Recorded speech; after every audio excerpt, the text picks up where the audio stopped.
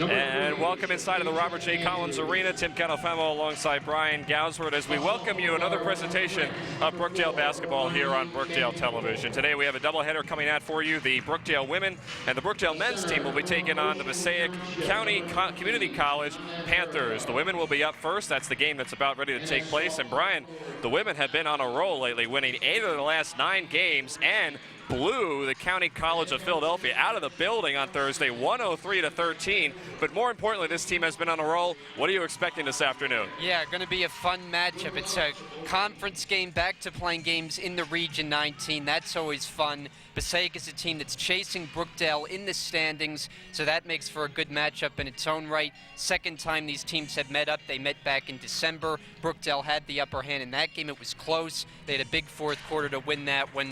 Should be a good one here today. Yeah, Brookdale comes off, I guess I mentioned, winning 2 straight, 8 out of their last 9. And on the Thursday game that I mentioned, you see Jakasha Andrews there on the graphic. She had 23 points. Hermione Bankel had 20. Colleen Brannigan had 17. And Jackie Lingo had 14 points, 8 rebounds in a 103-13 victory over the Community College of Philadelphia. In today's matchup, the Panthers come in here coached by Tia Eaton in her 14th season, while Rich Brunson, his first year at the helm for the Jersey Blues. 9-7 the Passaic Panthers are. They've dropped 3 games in a row, including a recent loss on Thursday, 59-58 to Bergen. Number 10, Anaya Melvins and Hermione Bankel for the opening tip for either side, and we are underway. Quickly up the floor is Rachel Rouse, misses the opening layup, and the rebound pulled down by Anaya Melvin. So here comes Passaic, again in the red uniforms with white lettering, while Brookdale in their traditional home uniforms with blue lettering and blue and red trim.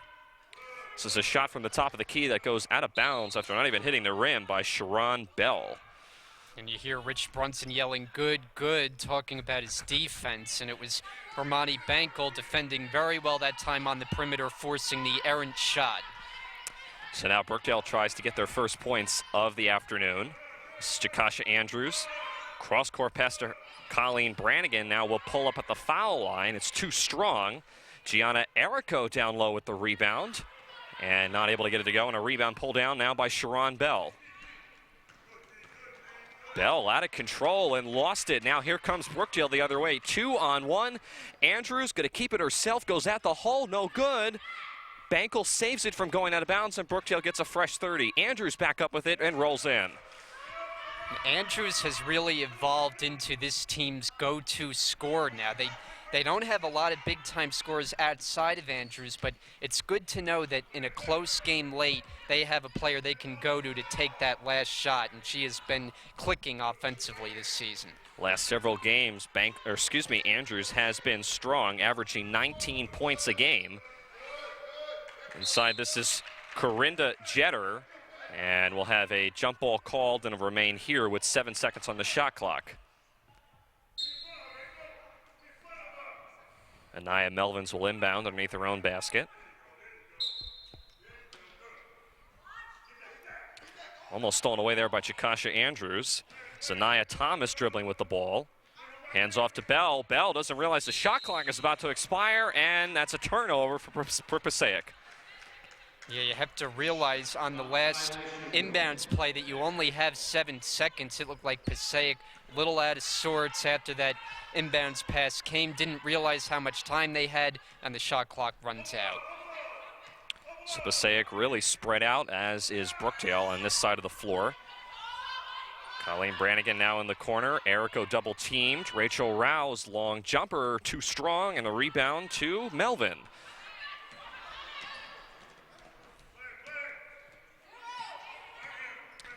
Zanaya Thomas dribbling.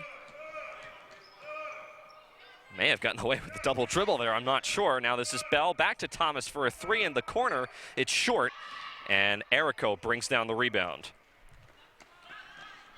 Now up ahead to Brannigan, has it blocked away there by Melvin.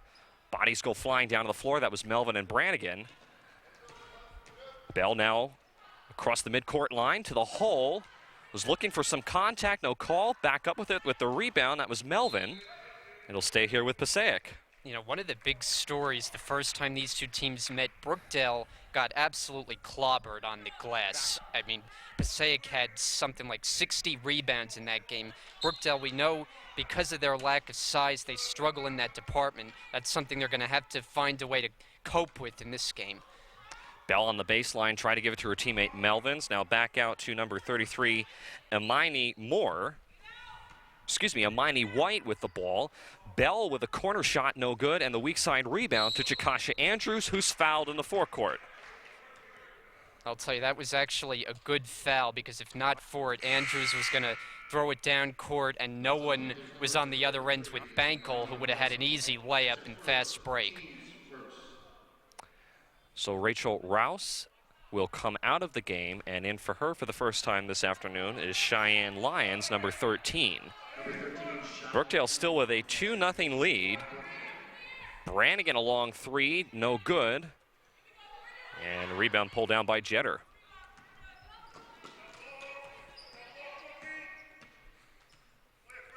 Brookdale appears to be in a 1-2-2 zone defense, as that drive to the basket by Sharon Bell is good, as she was fouled along the baseline. So Bell will go to the she will go to the foul line for the first time this evening. Yeah, Brannigan picks up the personal foul. That was a nice move by Bell, little hesitation move, and then attacked the rim for the and one opportunity. Bell, the 5'10 sophomore from Paterson, New Jersey, gives the Panthers their first lead, 3-2. Again, Brookdale very spread out on this side of the floor. Errico at the foul line. Back out to Andrews.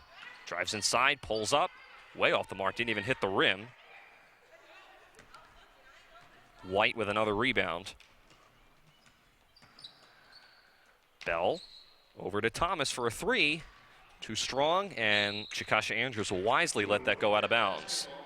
Good decision by Bell. As the double team came, she was able to give it up for Thomas, had the open look, couldn't cash in. Brookdale's going to call a timeout here with an early lead, 3-2, with 6:04 remaining here in the first half. So we take a look at our officials. Our officials this afternoon are Teresa Connor, Nate Santana, and Jolene Lowry, who you see there with the ball. It's just a 30-second timeout for Brookdale, not a very long one, so we'll keep it here. So far, though, a slow start for both of these two teams. Brookdale, where we saw a tremendous amount of offense on Thursday, only has 2 points to show, as we have about 4 minutes completed in the first quarter. Yeah, they've had good spacing. You've talked about in their possessions.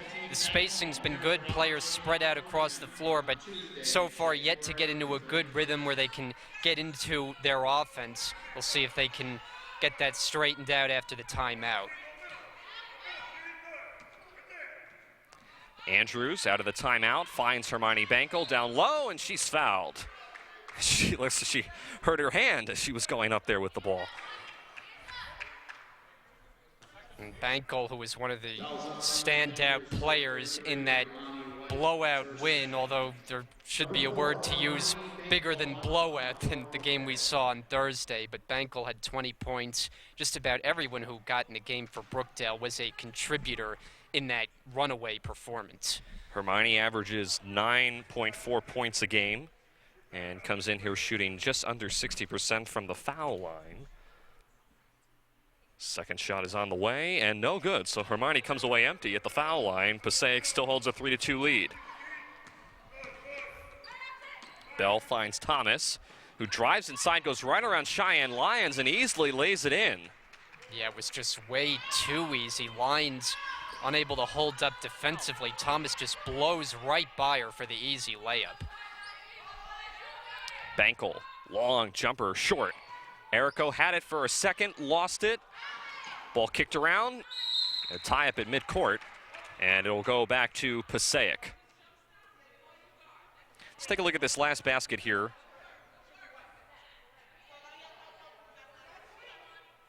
As this was Number 11, Zanaya Zanaya Thomas going inside.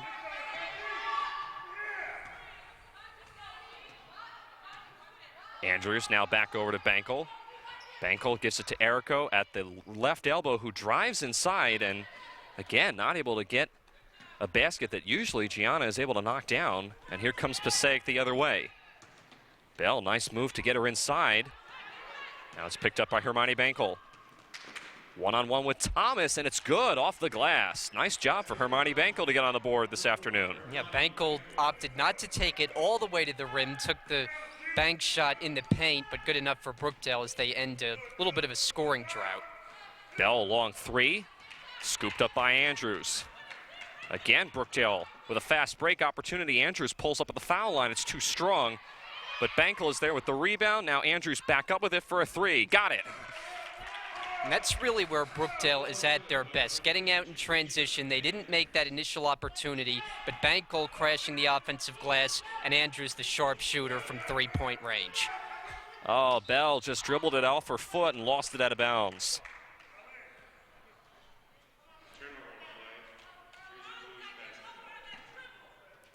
So again, Brookdale with their first lead in about 3 or 4 minutes of play. Just mentioned, Brian said Jersey Blues were on a little bit of a scoreless drought. Andrews now another three. This time it's way off the mark. Errico back to Brannigan. It's a two, and it is good for Colleen Brannigan. And the thing in common about the last two possessions for Brookdale was getting offensive rebounds, both baskets coming second chance. On the floor, Andrews goes. This is Brannigan, who's fouled by Sharon Bell. So Colleen Brannigan now will go to the foul line, the 5'9" sophomore from Aberdeen, New Jersey. Shooting 33% this year, which is a surprising number because usually Colleen is pretty good from around the perimeter. First shot up for Colleen is good. Her entire offensive game, though, has improved from the start of the year. We've talked about it before, missing those first 3 games while she was still playing soccer. Didn't get off to the best of starts, but she's been playing her best ball of late. Brannigan had 17 points in the last game against Philadelphia and rattles home the second foul shot. Brookdale now increases their lead 11-5 as they now stick with this full court press. Trying to force the Panthers into a mistake. Thomas may have gotten back court. It's scooped up by Andrews, never mind. Up to Bankel. Now back to Rouse for a long jumper. That's way off the mark, and a rebound to Bell. Bell now up ahead and threw it away. She was looking for Imani White. And that's just a missed opportunity for the Panthers. Brookdale did not get back in transition, but the pass just goes off the hands of Melvin. And so Brookdale gets the ball back. On a bit of a run here. I think it's 7-0 run the last couple of minutes. Yeah. Michelle Montefinis and Jackie Lingo came into the game for Gianna Errico and Rachel Rouse. And Jackie Lingo turns it over. Traveling. Yeah.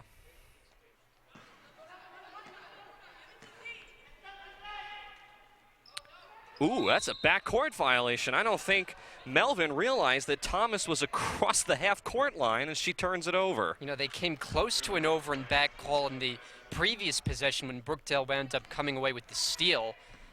And that time they get called for it. So a little bit sloppy here the last couple minutes for the Panthers. Passaic comes in here averaging 20 turnovers a game. Andrews, nice, cuts around everybody and does everything right except make the basket. Now Melvin gives up to Bell. Now Bell goes inside with a drive of her own, and she is fouled. Cheyenne Lyons going to come in a second, as the foul is going to be on Chikasha Andrews. That will be her first and the team's second. As Sharon Bell now at the foul line. It's the second time she has been to the charity stripe so far this afternoon. front rim on the first foul shot. Passaic has been on a little bit of a drought of their own the last several minutes as you see Lions come in. Yeah, they led 5-2 earlier in this quarter, and since a 9-0 run for Brookdale, turnover sparked it. Andrews made that three, and Brookdale, after a slow start, has gotten into a rhythm. Bell 1 out of 2 from the line and breaks a scoreless drought that the Panthers had been on for the last several minutes. Jersey Blues, though, still hold a 5-point lead. Brannigan on the baseline. No. And White scoops up the rebound. Thomas now going to take it herself, runs right into a wall as she ran right into Jackie Lingo, who did not move very smartly. And I think Thomas just lost it completely out of bounds. This is Melvin now, and she is fouled. Yeah, Banko blocking the initial shot from Melvin, but then gets called on the foul on that second chance. So Melvin now at the line. See, there's Coach Eaton in her 14th season as the Passaic Panthers head coach. Passaic has dropped 3 games in a row, including a tight one last Thursday against Bergen, 59-58, as Hermione Banko will go to the bench for a quick breather, and Gianna Errico comes back in.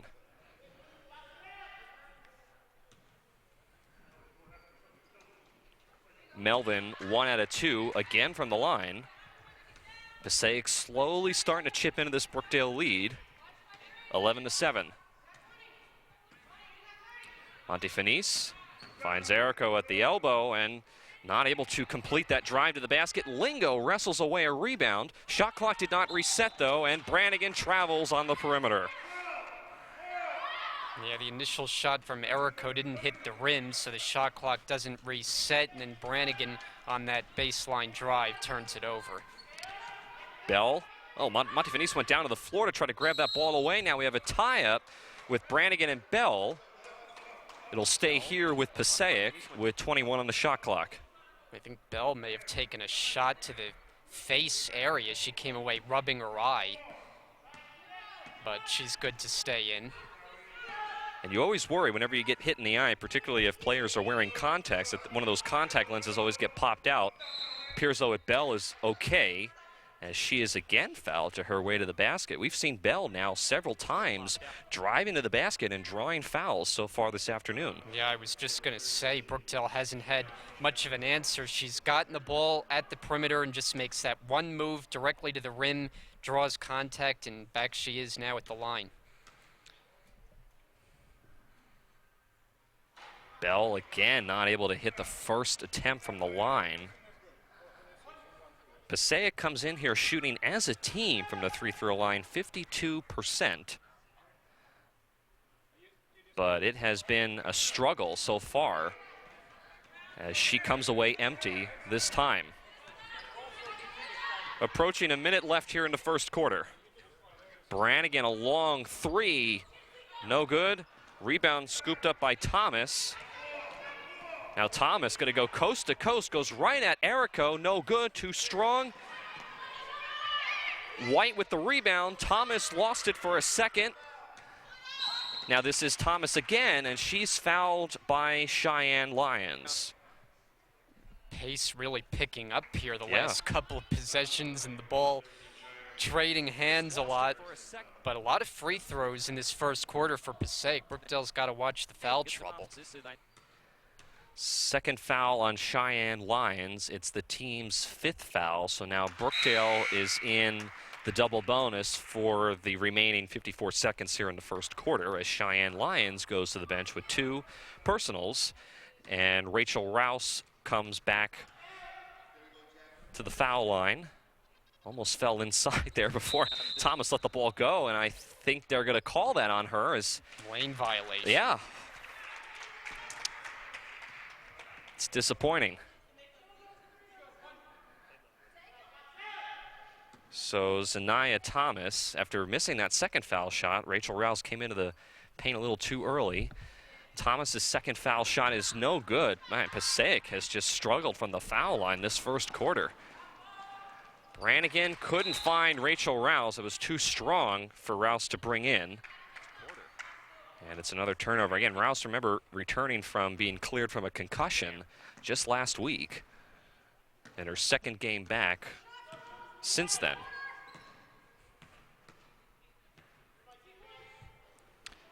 Another turnover there as Bell threw it away to White.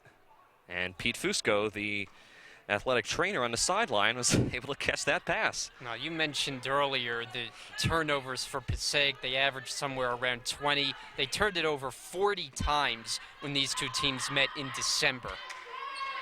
Brannigan a long three. Weak side rebound to Rouse, and the clock did not start when it should have. It actually stopped for a second as Colleen Brannigan is down on the other end. And that does not look good. I think she may have come down funny when she was shooting that three, Brian. I didn't quite see what happens. I was concentrating on the ball. No, I didn't either. If we could get a replay to get another look, but she's not showing a whole lot of movement right now. Yeah, it looks like it's a left, actually right ankle is what she appears to be grabbing. That's athletics director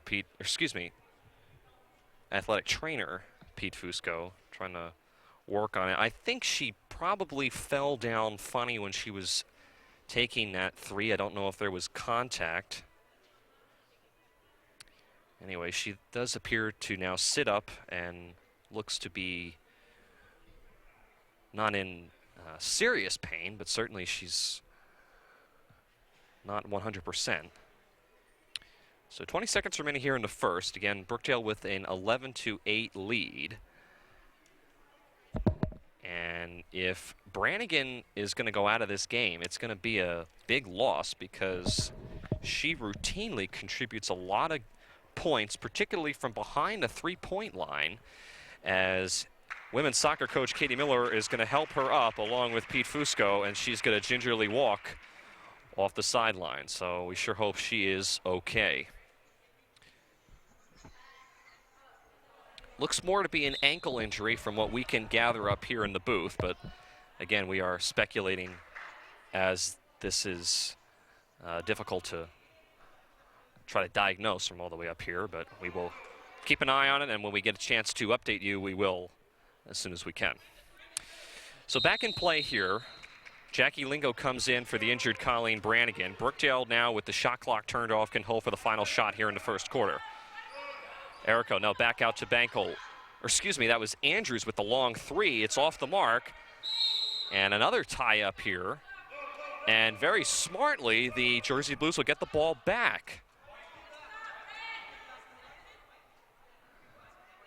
Again, possession arrow was pointing their way. So they'll get another opportunity here before we close the first quarter, which has been rather slow compared to some of the other games that we have done this year, where we have seen quarters tick by pretty quickly. Another foul, and I think that's one of the reasons why we've seen an uptick in the amount of fouls committed on either side, as Erico is fouled with 6.8 left here in the quarter. A lot of fouls and a lot of turnovers as well, and just not a whole lot of offensive production. You know, 11-8 just about the end of the first quarter as the free throw misses is not a lot of points.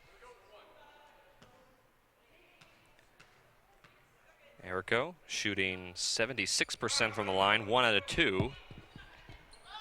Brookdale leads by 12-8 with 4 seconds left here in the first. It's tipped away. It'll remain here. No, it actually go to Brookdale. And I thought for sure Rouse knocked that out of bounds. I think they're going to change this. I thought for sure Rachel Rouse touched that last. Yeah. Wow. Tia Eaton cannot believe the call on the Panthers sideline. I have to agree with her. Half-court shot by Andrews is no good. I am not sure about that call. I thought for sure Rachel Rouse touched that last. You see the reaction there on Coach Eaton's face. She's stunned on the sidelines from that call by the officials. So we'll take a break. 12-8, the Brookdale lead. Back for the second quarter right after this. Hi, I'm Laura McCullough, and I'm an Associate Professor of English in the Humanities Institute here at Brookdale Community College. I'm also a writer, I'm a poet, and an editor. I have a number of books out, and I work my butt off writing and teaching. Some of the things that we teach in the creative writing program here are a mixed genre creative writing class. It's an introductory class. We teach poetry, fiction, creative nonfiction, and screenwriting. There are two reasons to take classes in creative writing here at Brookdale, and the first is easy. If you want to be a writer, we can help you figure out an educational and career path to do what you love and what you're talented at. But the other reason is because creative writing is about tapping into your imagination. It's about finding the creative person inside of yourself, and you don't have to be a writer to take creative writing. The number one attribute that businesses and organizations need and want today is thinking creatively, looking at a problem and not saying it's either this or that, but finding a third way.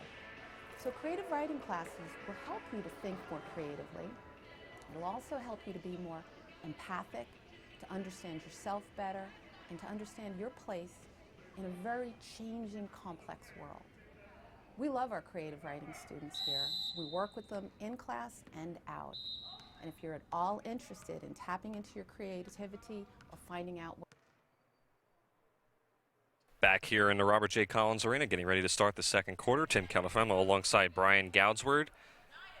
As there was a slight delay to start the quarter, Passaic is going to inbound at mid-court. Update on Colleen Brannigan. She has made her way from the opposite side of the floor now back to the Brookdale bench, where she is now with her right leg elevated on the sidelines, resting there. And again, we will get more on that as soon as we can.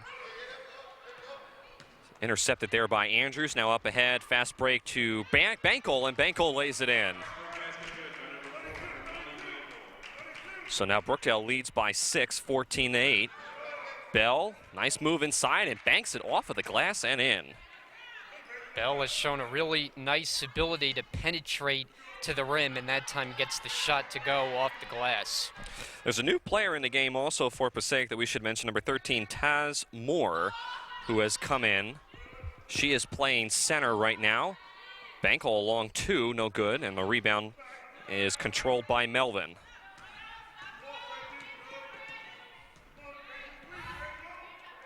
Bell now back over to another new player in the game, Shania Ross. And Ross no good on the baseline drive. Thomas along three from the corner, no. Melvin, third chance opportunity, and she's fouled.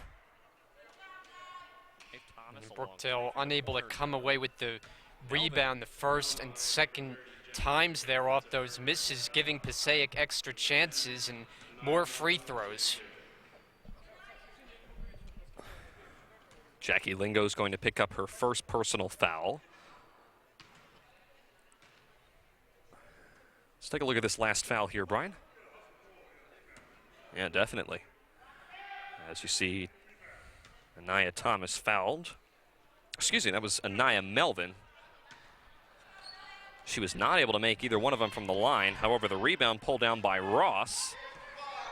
Passaic has been out rebounding Brookdale on the offensive end so far in this game.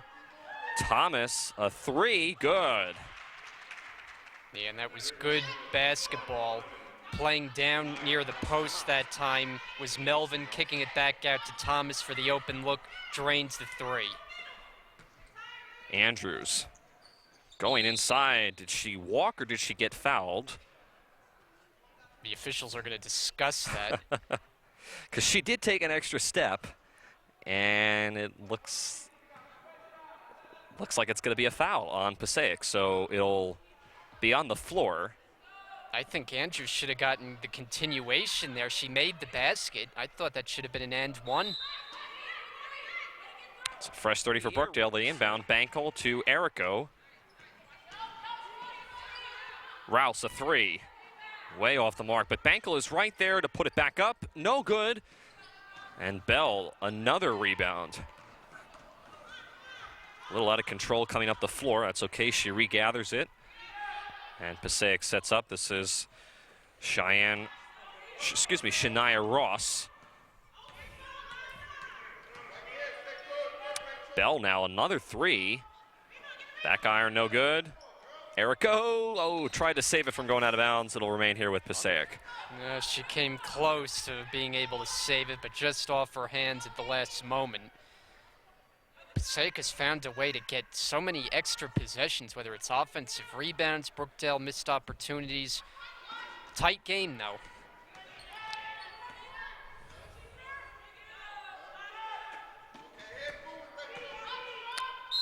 Bell again, fouled and one. Now, Bell came in as the third leading scorer for this Panther team, but she has been the go-to scorer in this game so far. Bell has been somebody who has really carried Passaic in this game so far. As, again, no good on the foul. Rebound put back up by Moore is no good, and I think Moore may have pushed off underneath. We'll wait for the official word. And it is going to be on Moore. That'll be her first. Passaic retakes the lead, 15-14. But right now, Sharon Bell has been somebody on this team that has been almost unstoppable, as Brookdale has not really had many answers, as Jakasha Andrews dribbles it out of bounds after contact on the baseline with Ross.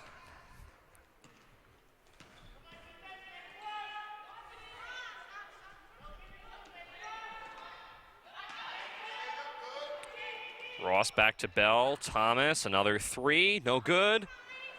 Ross, though, the rebound.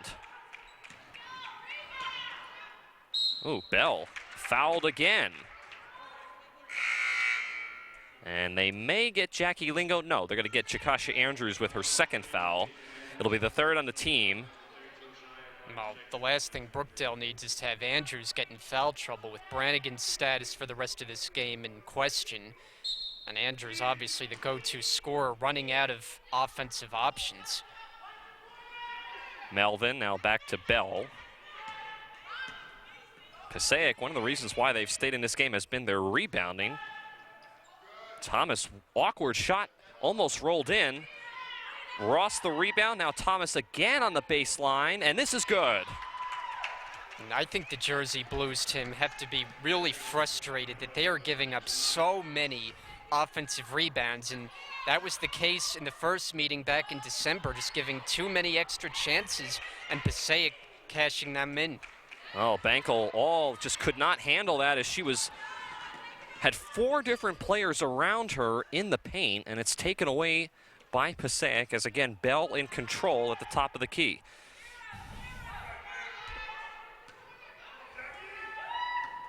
Thomas fouled by Andrews. You said it, Brian. If Andrews picks up foul trouble, this is going to be a long afternoon for Brookdale, and Coach Brunson just kind of rolled his eyes on the sidelines as he knows how crucial it is for Andrews to stay in this game with 3 fouls now. And without Brannigan, only 7 available players left on the roster. That means only 2 can be ready on the bench at one time.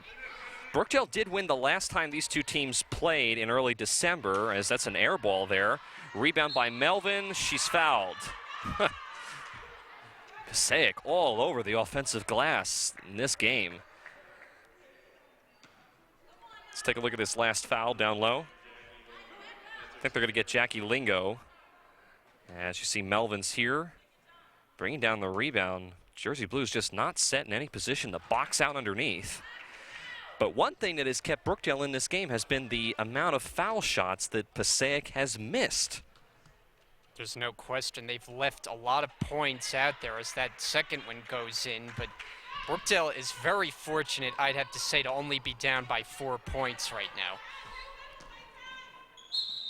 Bankel inside, as I think that was Melvin who got hit in the nose. She's okay though, but that was a interesting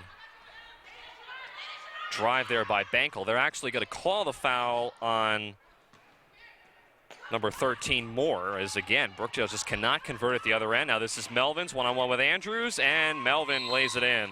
Timeout, Coach Brunson, as he is not happy with the way his players are performing. It's going to be a full timeout as Passaic has their largest lead now of the game, 20-14.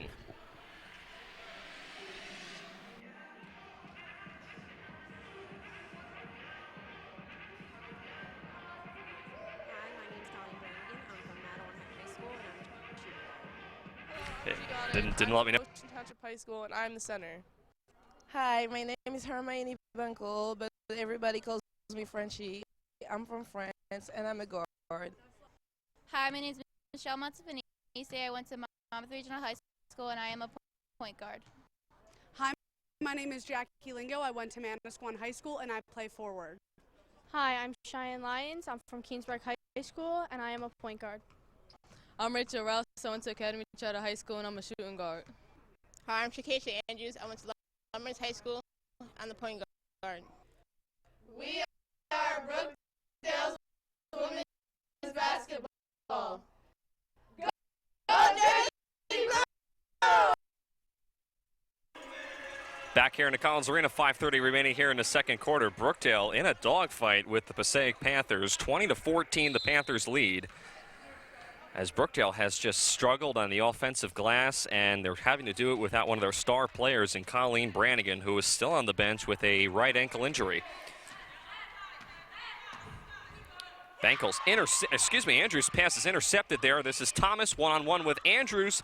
Nicely stripped away, but Melvin is there with the rebound and puts it in. With Andrews. Bankel did well to get back in transition, try to force the steal, but a fortuitous bounce as it winds up right with Melvin. Bankel, no good. This is Erico, rolls out for Gianna Erico. Brookdale seemed to be in control in this game in the first quarter, but so far in the second, the tides have turned. And Passaic is now dominating on both sides of the floor. Another offensive rebound.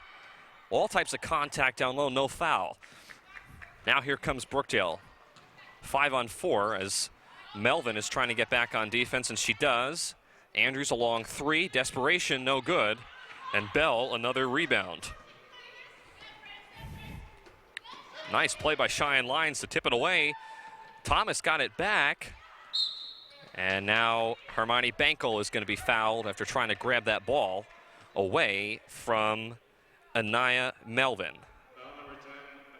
It's the first one on Melvin. Let's take a look at this. Watch the scrum on the floor. And you see Melvin all the way on the floor on the paint, trying to rip that ball away from Bankel, and in the process, she picks up her first foul. Again, Brookdale is already in the double bonus. Passaic is one away from reaching that. Ooh, Lingo and Melvin go down to the floor hard, and they're going to call that a jump ball, and will remain here with Brookdale. Wow.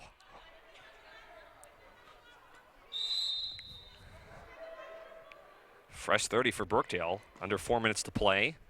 Yikes. And Andrews was on the baseline. Another turnover. These are the kind of mistakes that Brookdale has been making a lot of in this first half. And in the second quarter, correct me if I'm wrong, but what do they have, 2 points on the board? Yeah, Brookdale has struggled in this second quarter, and Passaic has, as I said, really taken control of this game. Bell running inside, too strong. Rebound there by, that was Moore, no good. Andrews runs right over Moore, no call. He'll just go out of bounds.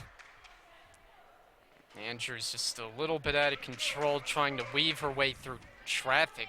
Certainly looked like there was contact there on that drive to the basket, no call. Yeah. And another Brookdale turnover. Brookdale only averages 7 turnovers a game, but so far in this first half, they have really, between that and the lack of offensive rebounding and boxing out on the defensive end, Passaic has been in control. Long three there, and knocked down by Shania Ross. off the glass and in. You don't see that very often. Yeah, I don't think Ross was intending to bank that one in, but she gets it to go. Cheyenne Lyons along 2, and Ross the weak side rebound.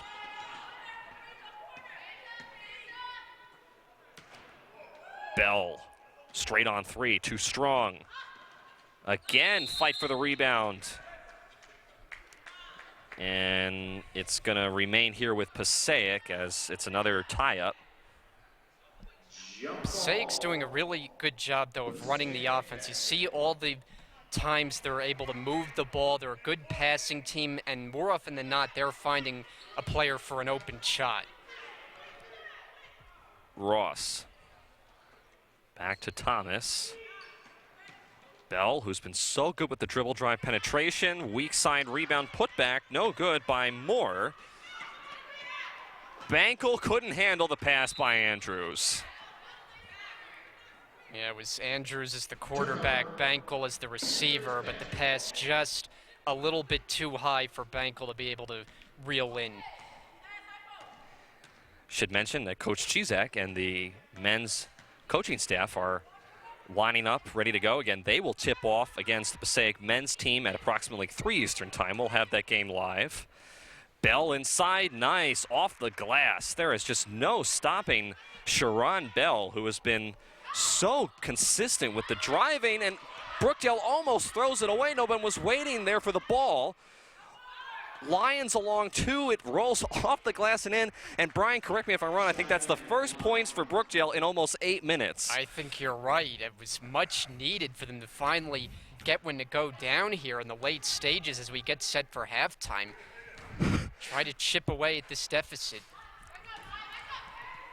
Melvin with the long, the rebound underneath, puts it back up. The third chance now.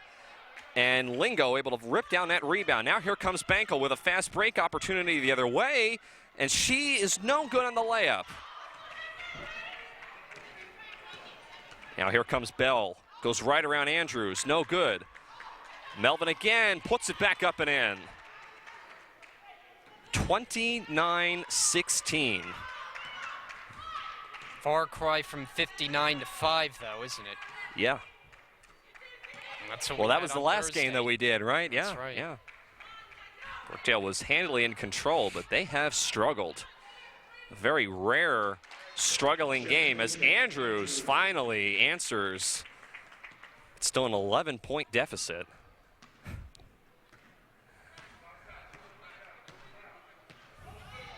Under 30 seconds to play. Shot clock is down to 19. There's about a 7-second differential between the shot clock and the game clock, so Passaic cannot hold for the finals basket here. Moore. This time Melvin still picks up the ball from Moore. Brookdale has an opportunity here if they push it. Andrews goes right at number 24, Bell, and it's a blocking call on Sharon Bell. Bell got caught in the restricted area that time where if you draw a contact ball down, you can't be called for an offensive. And so Andrews will try to take advantage of that at the free throw line. So Andrews will be at the line. First one is up and good. At least something to feel good about here. Lyons made the jumper, then Andrews from the other baseline, starting to chip away here, closing out the half strong, which is good to see after a really rough most of the second quarter. Sharon Bell comes out. She has picked up 3 fouls very quietly, and Corinda Jeter comes in. Passaic. Desperation 3 there by Thomas is good at the buzzer. Wow. And Coach Brunson heading off of the court along with his team. Not the first half performance that they were looking for. Brian, I am stunned. I just cannot believe that Passaic, not only have they been able to execute on the offensive glass, but they have been incredibly strong driving to the basket, particularly from play from Sharon Bell. And they've gotten so many offensive rebounds, times where they've had 3 and 4 chances on a given possession, and you just can't keep giving teams that many chances. Eventually, they're going to cash them in. Brookdale then got some momentum back toward the end of the half, but anything was zapped by this shot by Thomas as the clock expired. Just a big-time shot by Zanai. Thomas just had a few open looks, and Brookdale's going to have to play a much better second half to get back into this game. I mean, look at how far that basket was. That was way beyond the three-point line. So they had just been all over the floor, and Passaic has definitely been rolling in the first half. So we will take a commercial break and go to the halftime intermission, so to speak, as Passaic has a 32-20 lead over the Brookdale Jersey Blues. We'll be back for the second half coming up after this. My name is Bonnie Ross, and I am a nursing faculty member and department chair at Brookdale Community College. I've been with the college since 2002. I started as a clinical adjunct, and then I became a full-time faculty member in 2008. We have a thriving nursing program. We have about over 450 students currently. We admit students twice a year in fall semester and spring semester. Our students graduate the program with an associate's in applied science and nursing, and they're eligible to take their RN boards when they graduate. Many of our students go on to... Joining me is an assistant coach of the Jersey Blues women's staff. Coach Hoover, what sort of adjustments do you feel you guys need to make in the second half to get back into this game? We need to make a stronger effort defensively. We had a few fouls that we can't get into foul trouble, and the team defense overall needs to be better. So we're going to be committed to that second half. You guys have won 8 out of your last 9 games. Winning this game would make it 9 out of 10. What would that mean for your team's confidence? I believe we already have that confidence, but we need to, of course, we would like to keep that momentum and keep our streak alive. But it all starts on the defensive end, and which we failed to do in the first half. But we're going to put out a stronger impact defensively in the second half. Okay, thanks for your time, Coach. Okay. All right. Hi, I'm Sophia Pearl, and I'm here at the Scholarship Recognition Ceremony, where Brookdale celebrates students who have received scholarships to further their education and the donors who made their scholarships possible. Let's go meet some of the recipients. My name is Kyle Hayes, and I received a scholarship from the Stone Foundation of New Jersey. Brookdale has always been kind of like one of the top schools for getting you high-quality education. Hi, my name is Sienna Carson, and I received the Brett Boone Memorial Scholarship. I feel astounded because it's my first scholarship, so the fact that I was picked out of so many people, it means something. It means that they've been looking at what I've been doing and what I've been up to, and it's nice to be recognized. I'm really proud to be here to give our scholarships to our students today. They're all sitting behind us, and it's a very exciting time for us. We're here for the annual scholarship recognition ceremony, where we have all the students at Brookdale who have received scholarships through the foundation come here to be recognized, and we also recognize the donors who make it possible for the students to receive those scholarships. It's not only just the money that they receive. Through the letters that we receive from the students, they tell us a story, how this has motivated them to succeed, to continue on, that they love the fact that someone has confidence in their ability to succeed. So we know that the scholarships make a dramatic difference. This year, we'll give out over $400,000 in scholarships to students. In the past 16 years, we've given out over $4.4 million in scholarships to nearly 7,000 students. It's an amazing feeling to get this scholarship. My name is James King, and I got the Dr. Mark and Rose Bankier Memorial Scholarship. I'm just excited because it just feels great to know my hard work is paying off and that someone recognizes it. It gives me a chance to put it towards what I can do with my career. I think it's an excellent opportunity for me to help further my education. I'm enjoying Brookdale. It's been a life changer, and I'm glad I ended up here.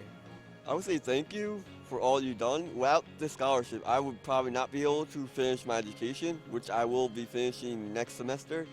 So I'm really excited for that and see what's going to happen next. For nearly 50 years, Brookdale graduates have been shattering expectations. They transfer to Georgetown and Columbia University. They work at NASA, call Major League Baseball games, and defeat celebrity chefs. They prove, again and again, that a college is only as good as its success stories, and ours speak for themselves. This is Brookdale. This is college redefined. This is success reimagined. Hi, I'm Dr. Terry Kahn. I am the program director here for the Radiologic Technology program, and I'm a faculty in the Public Health program. I have worked in healthcare for over 30 years, and I've been teaching 26 years. 19 years has been here at Brookdale. I have loved every moment that I've been here at Brookdale. It is a great learning environment. In addition to teaching, I'm very active on campus. I am a club advisor for the Radiologic Technology program and a club called Students for Global Citizenship. I am a member of the International Center Advisory Committee and a co-founder of a project called Global Citizenship. There's a new initiative on campus called Global Distinction, whereby students can engage in curricular and co-curricular activities on global issues and be specially recognized at graduation. The Radiologic Technology program is not just a program. It is a life-changing experience. Students come to the program with no knowledge and skills, and throughout the 2 years, they're transformed. They're ready to work upon graduation. Graduates can work in hospitals, physician practices, imaging centers, operating rooms. There is a vast amount of opportunities for them. If you're interested in a career in medical imaging, Brookdale is the place to come. Students not interested in a direct patient care program but want to work in healthcare, public health might be the choice for you. The public health program here at Brookdale is designed to transfer to Rutgers University or another four-year university that has a public health program. Students can major in community health, environmental health, occupational safety. There are so many opportunities for students to work in the healthcare field without patient care. I've been here at Brookdale for 19 years. And the reason is Brookdale is a special place. I know no other educational institution where the faculty and the students are so engaged with one another, inside and outside the classroom. I have no doubt that Brookdale will be the best experience for you. Come and join us on this great journey of discovery, learning, and professional growth. Like a lot of people, I thought community college was a backup option, a discount education. But now, I can't imagine starting anywhere else. Brookdale challenged me. I had the tools and the faculty I needed to grow, both as a student and an engineer. Today, I'm transferring to a prestigious university and finishing a fellowship at NASA. I'm Nick Sikowski, and I came to Brookdale to save money on college. I never imagined it would be the smartest move I ever made. Hi, my name is Tom Ciappa, and I am in the political science department here at Brookdale Community College. I have been here for 15 years now. I have a PhD in political science from Colorado State University. And from Colorado State, I found my way here to Brookdale in the fall of 1999.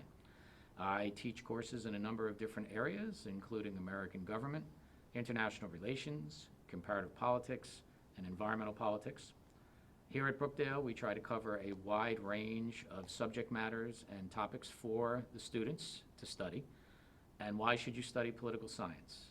You should study political science because it matters, and you matter. And when you learn about government and politics and how things work, what you also learn is that you have power, that you begin to understand that you can influence not only your own life, but other people's lives by getting involved. So what we try to do here at Brookdale is to present students not only with the basic academic and scholastic and theoretical ideas about politics, but we also place a very, very heavy emphasis on students actually getting involved in the political process, whether it be writing letters to elected officials, whether it be attending town hall meetings at local councils, whether it be learning more about issues in specific countries around the world and why there is conflict in those kind of issues. We try to get the students deeply involved in the process so that not only can they make sense of it, but also that they can take that information with them beyond the walls of Brookdale as they go about their daily lives. One of the cool things about political science is that the storyline is always changing. As I like to say to my students, I can't write a better script than the one that goes on every day within human life. The characters, how best to put it, concerns, the personalities, the environments, it's all like one grand Hollywood movie, except it plays out in real life. Some of the people that we study, some of the policies that we look at, some of the laws that we dissect, sometimes make you scratch your head and say, oh my goodness, is this something straight out of a movie? Sometimes in politics, you really do have the reality that sometimes turns into the fiction, and sometimes the fiction that turns into the reality. So in terms of why should you study political science, why should you come to Brookdale? The reason you should come to Brookdale is because we have a department that has a wonderful faculty to student ratio. We have a wonderful, wonderful staff, not only in terms of full-time staff, but we have a number of adjunct faculty that have been with us for many, many years. These adjunct faculty have been actively involved in government at all levels, whether they be former mayors of various towns, whether they be folks that actually work for the state of New Jersey in various bureaucratic settings, whether they be individuals that have served in the executive branch of the New Jersey governor's office. One of our individuals used to be a press secretary for a governor. We have a long-standing adjunct staff here that is second to none. We pride ourselves on that, and we are grateful, I should say, for all that they do for us. So why should you come here? You should come here because politics does matter. It has a great impact on your life. And I guarantee that as you learn more about the political system, you'll understand not only that it matters, but also studying politics is a heck of a lot of fun.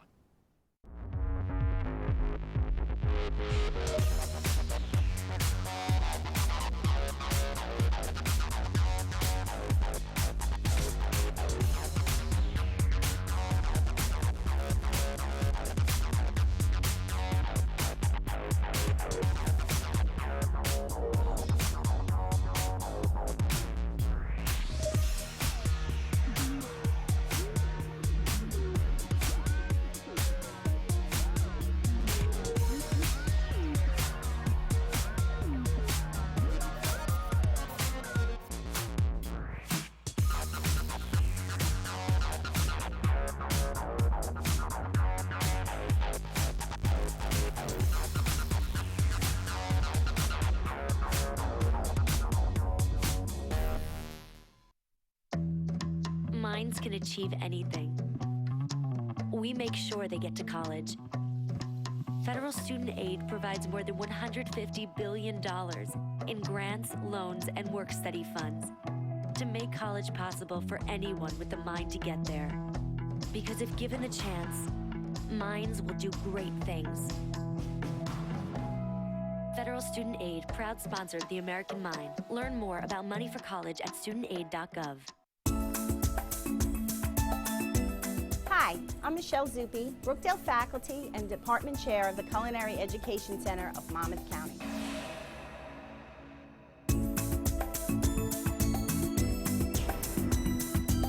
The Culinary Education Center of Monmouth County is a collaboration between Brookdale Community College and the Monmouth County Vocational School District. We are conveniently located in Asbury Park, next to Asbury Park High School. Brookdale's culinary students receive excellent training and preparation for a career in the restaurant and hospitality industry. Many of Brookdale's culinary graduates are successful chefs right here in the local area. Brookdale offers 3 different programs in the culinary arts: a 2-year associate's degree, a 1-year culinary certificate, and a 1-year pastry certificate. The Culinary Education Center's bakery is open to the public during the day from September through June. The public can enjoy the Culinary Education Center's restaurants' reasonably priced lunches Monday through Friday between 11:30 and 12:30, and 4-course dinners Monday through Thursday, 5:15 until 6:15. Reservations are required for dinner or for any large groups.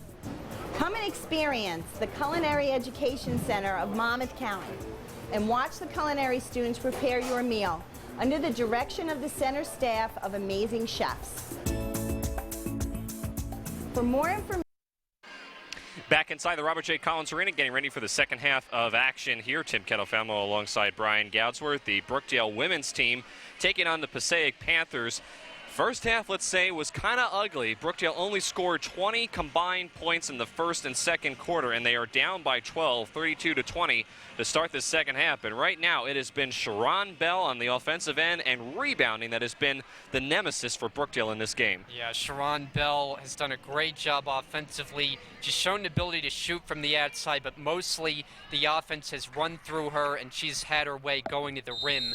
But really, a big play in that first half was the shot by Thomas at the end as the clock expired. After Brookdale was gaining some momentum, they got to come out, fix their mistakes, and get back into this game. And rebounding, as I said, has been a problem for this team. Another offensive rebound there. The shot clock did not reset, though, as the ball didn't hit the rim. Thomas now back out to Ross, who got bopped in the face. Again, she's wearing glasses. Thomas along three, no good. Melvin there with the rebound and one.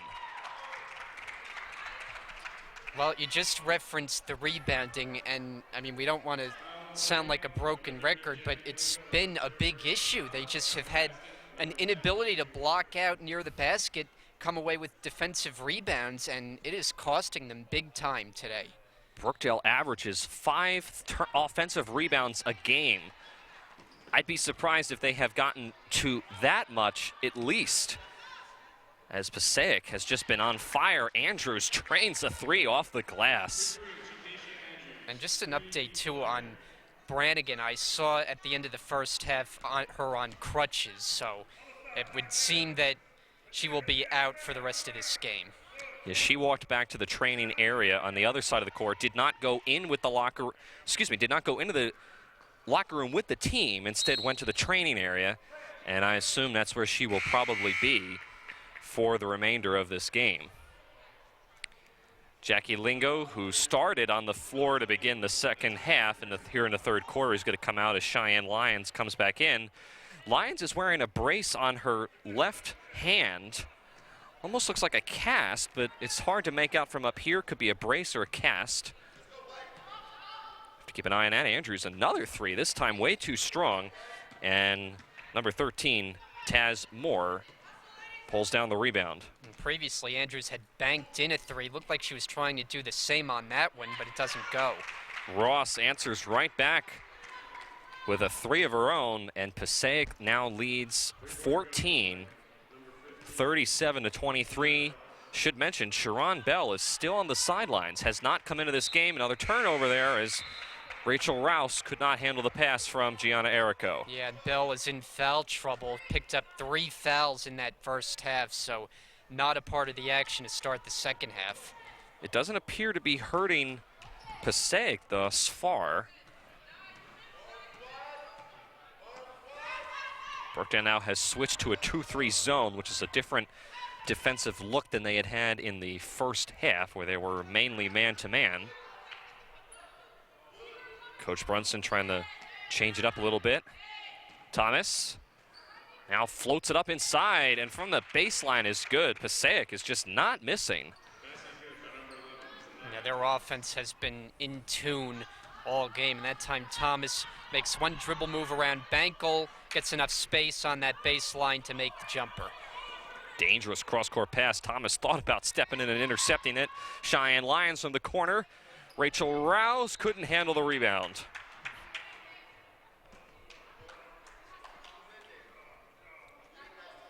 It's an uncharacteristic struggle for this team. Again, Passaic is a decent team coming in here 9-7 overall, but they've dropped 3 games straight.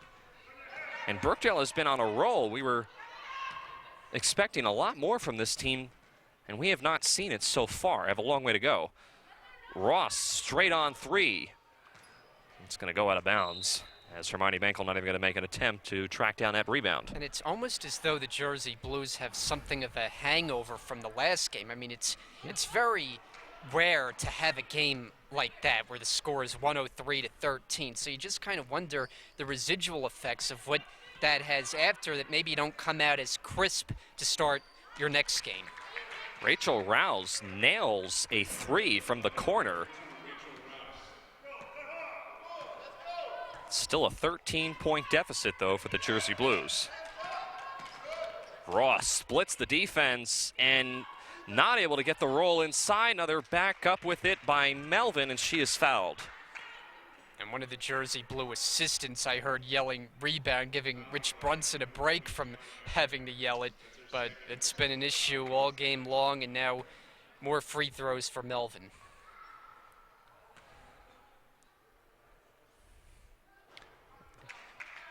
Another miss, though. One thing that Passaic has not done very good, or very well, I should say, in this game has been shooting free throws from the line. That's 2 straight misses there by Melvin. And so far in this game, we have seen routinely Passaic only make 1, if any, from the line every time they're at the charity stripe. So you have to wonder how many points Passaic would be up right now if they would make some of their foul shots. Thomas thought about a 3. Now back to Ross, who pulls the trigger. It's off the mark, doesn't even hit the rim, and now an offensive foul underneath on Passaic. It's going to be on Anaya Melvin. That'll be her second, and the team's second here in the third quarter. As Armani Bank will inbound to Chikasha Andrews.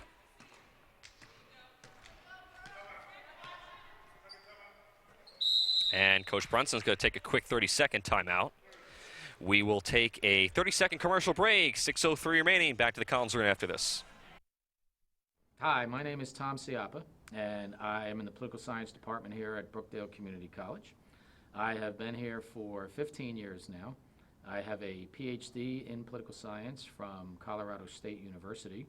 And from Colorado State, I found my way here to Brookdale in the fall of 1999. I teach courses in a number of different areas, including American government, international relations, comparative politics, and environmental politics.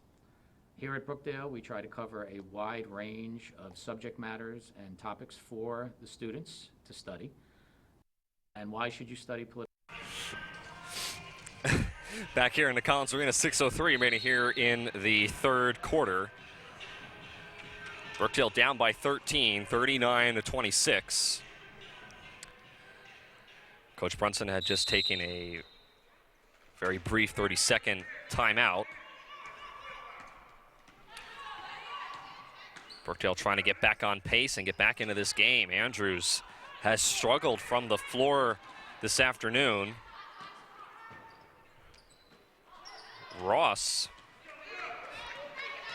taken away by Bankel, up ahead to Andrews, and Andrews just could not handle it. Just seems that this team is a little bit behind. They're just a little slow on the offensive floor.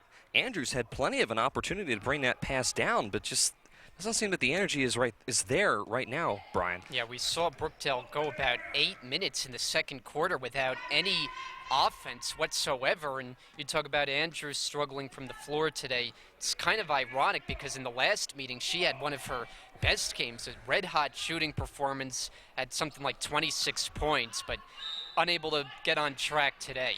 Yeah, she had 23 in the last game, and it wasn't just her. It was Bankel with 20, Brannigan with 17, Jackie Lingo with 14 points, 8 rebounds. So it's been across the board that this team has struggled so far.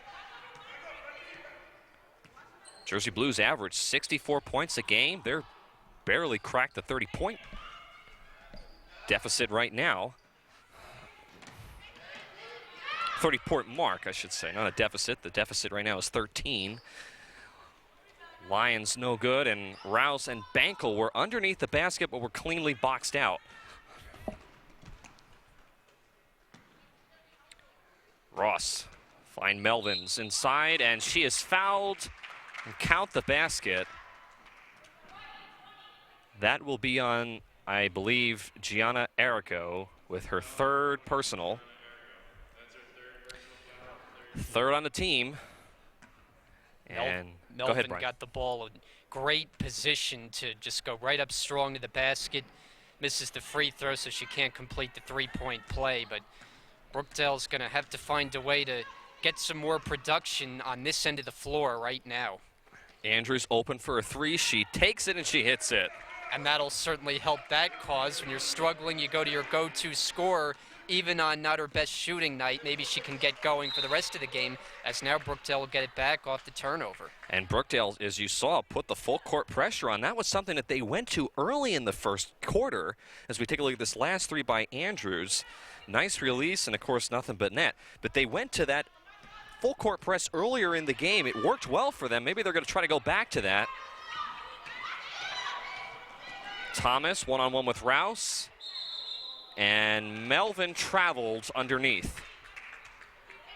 And we've seen games where Brookdale's put the full court press on, and it's changed the momentum. It's changed the game dramatically. So down by 12, this part of the game, you might think we'd see more of that. Andrews, quick shot. No, Lions and Errico, as Errico got popped in the head. 5-on-4 the other way. Thomas pulls up at the foul line. It's short, and Bangle collects the rebound. Errico's way ahead of the field. Fast break opportunity. Lays it in, as that was Thomas trying to scare Errico from behind. It's now a 10-point deficit. And there's the press. Coach Brunson wanted a traveling call, and he got one. And this is what that full court press does. It puts pressure on, hence they call it press, and usually forces the other team into mistakes. Suddenly now we're seeing the Panthers turning it over. Brookdale has a little bit of momentum going the last couple of minutes.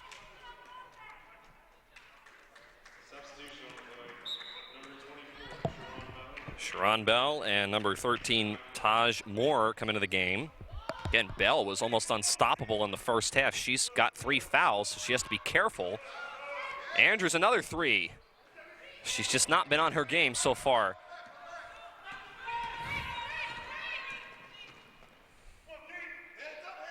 Ross. Back to Bell. Bell flips it over to Moore.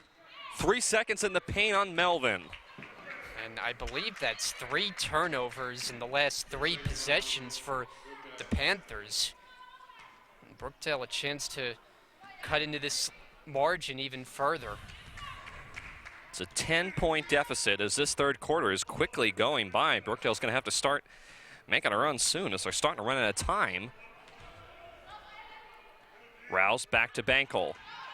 Driving it inside, and she lost it. I think she was trying to get over to Errico. Thomas one-on-one with Andrews. Andrews tried to strip it away smartly, did not commit a foul, as she's playing with 3, and Thomas lays it in. That was a really nice move by Thomas in the one-on-one situation, able to beat Andrews. Andrews no good on the straight-on 3. Rouse collects the weak side rebound, and she drives inside, could not get the basket to go.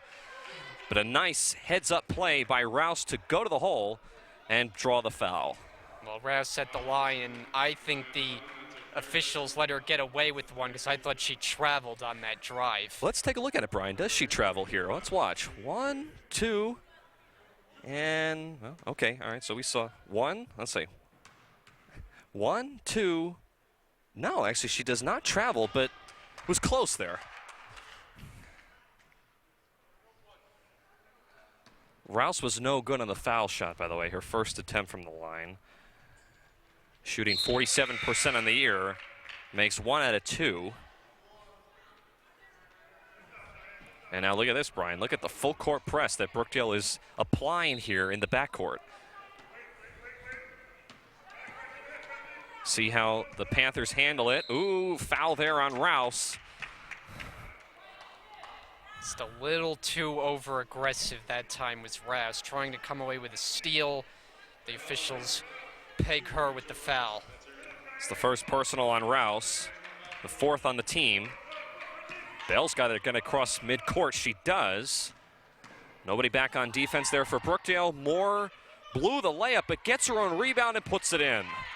And it was made easier for Moore in that Andrews didn't want to contact her, otherwise she would have picked up her 4th personal foul, so that made Moore's job even easier down near the basket for the layup. Bankel, nowhere to go, picked up her dribble. Dangerous pass over to Andrews. Andrews tried to go around a screen set by Jackie Lingo. Shot clock starting to wind down here. Rouse inside again, off the glass, no. And the rebound pulled down by Melvin.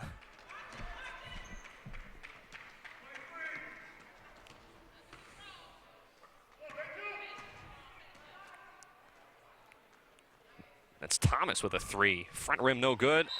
Melvin falls right into her hands and she puts it back up and in, and the foul.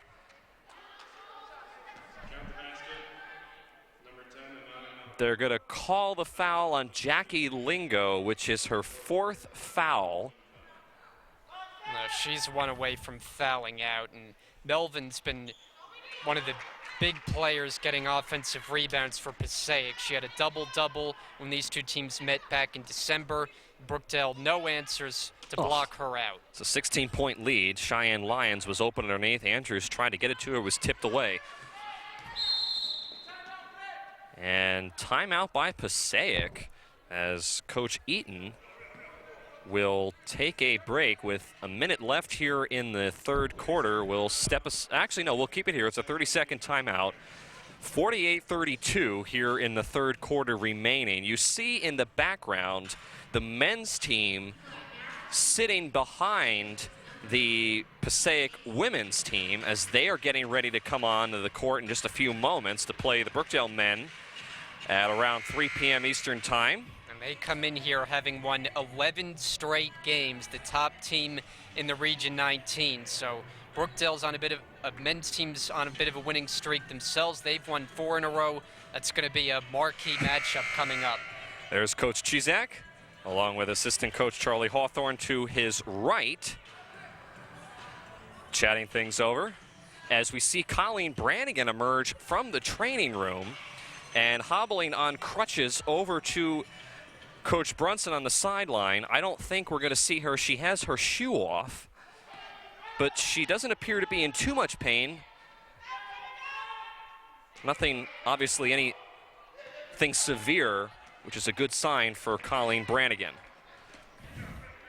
Andrews long 2, rolls off the rim, no good. Everybody fighting for the rebound. Bankel comes away with a second chance opportunity, but threw it away inside. Thomas, nifty move. No, rebound was pulled down for a second by White. Now here comes Brookdale. Andrews, the layup is good and the foul. Nice decision by Erico to give it up on that fast break. Andrews gets the layup to go and chance to make it 3. Let's take a look at this last replay here, Brian, real quick. Watch the pass here from Erico to find Andrews, and she was fouled from behind there.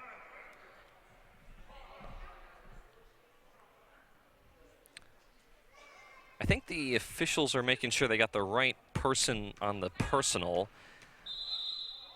I thought that was Jeter who was fouled, or who committed the foul, excuse me. I might be mistaken. It looked like that's who was behind Andrews on the replay. Not 100% sure. The scoreboard says that the foul is charged to Thomas, her second. It's a 13-point deficit. Thomas, triple team, stolen away by Bankel. Back to Andrews, who lays it in.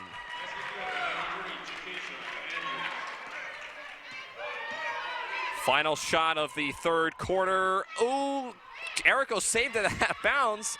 Thomas finds White underneath, no good. Rouse tried to get it up to Andrews, not enough time. And that'll bring us to the end of the third quarter. So Brookdale, frantic couple of last seconds to try to close the deficit. As you see the score there, 48-37. One more quarter to go. Back to wrap it up from the Collins Arena after this.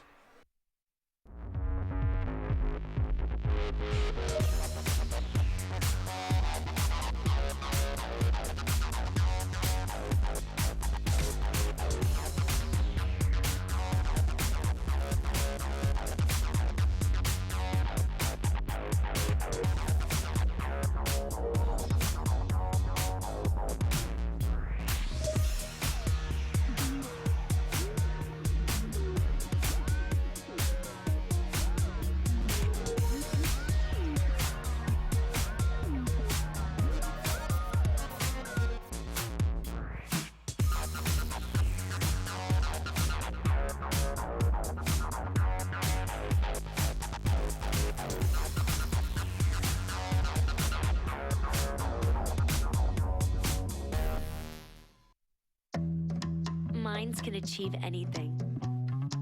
We make sure they get to college. Federal student aid provides more than $150 billion in grants, loans, and work-study funds to make college possible for anyone with the mind to get there.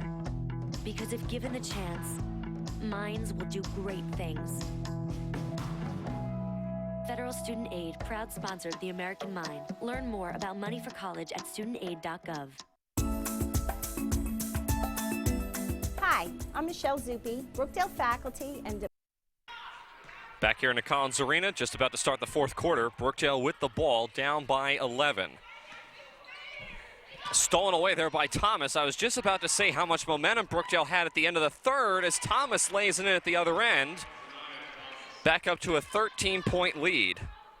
You know, the thing about this game is there's been stretches where Brookdale has felt like the momentum is turning on their side, but Passaic has always been able to have the answer back.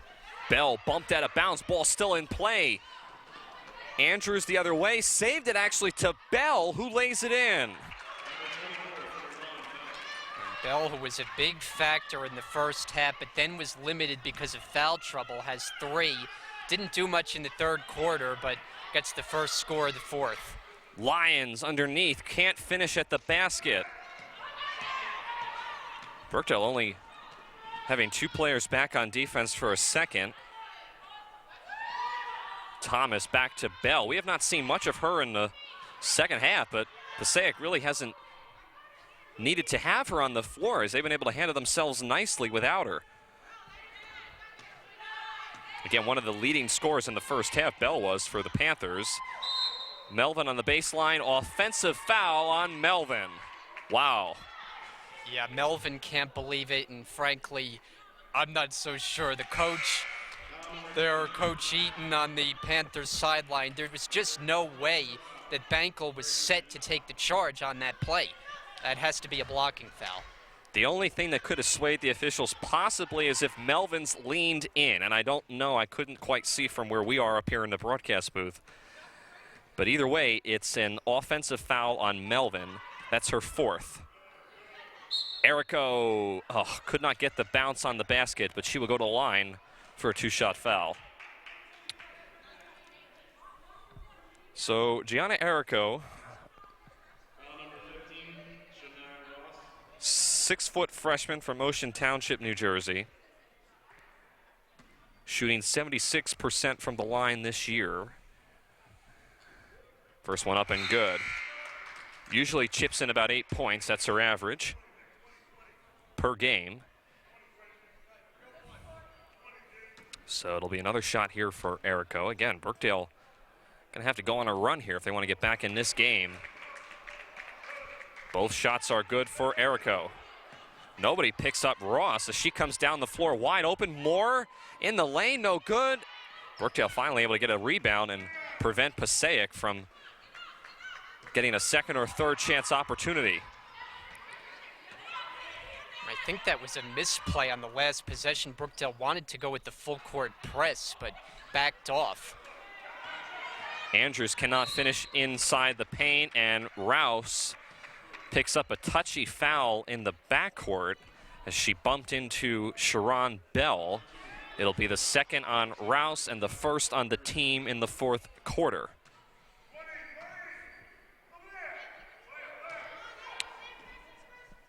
(52-39). Panthers led by 12 at halftime, and they've been able to hold on to that lead. White attempts a 3. Too strong. Another rebound there by Moore. Bell inside. I'm surprised she didn't get called with a walk. Another shot there from behind the perimeter. Montefinice did not save it out of bounds. She was on the baseline. I'll leave it to Montefinice, the smallest player on the court, to nearly come away with that rebound. Yeah, Coach Brunson is not happy. He wanted an over-the-back call on that last play. Not happy. It's a 30-second timeout. He's usually very mild-mannered. 30-second timeout, Brookdale. Yeah. Our officials this afternoon, I should say, Teresa Connor, Nate Santana, and Jolene Lowry. all of them have been on the floor and have not been necessarily making the calls that Coach Brunson has wanted them to make. Again, it was just a brief 30-second timeout, and I really think all Coach Brunson wanted to do was just have an opportunity to talk to the officials and plead his case.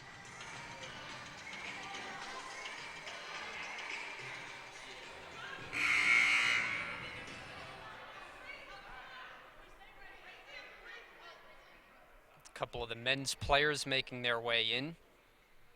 Yeah, all the men's players are coming in. All the coaching staff is at the other end. Coach Chizak, among others, sitting there chatting with Sean Noel and half paying attention to this game as they're preparing more so for the men's game that's coming up at 3 o'clock.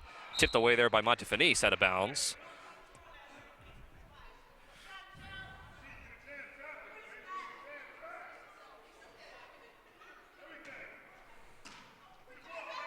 Bell, the inbounds. Ross, turnaround jumper in the lane. No good. Bankel, the rebound. 5-on-4 opportunity. Here comes Brookdale.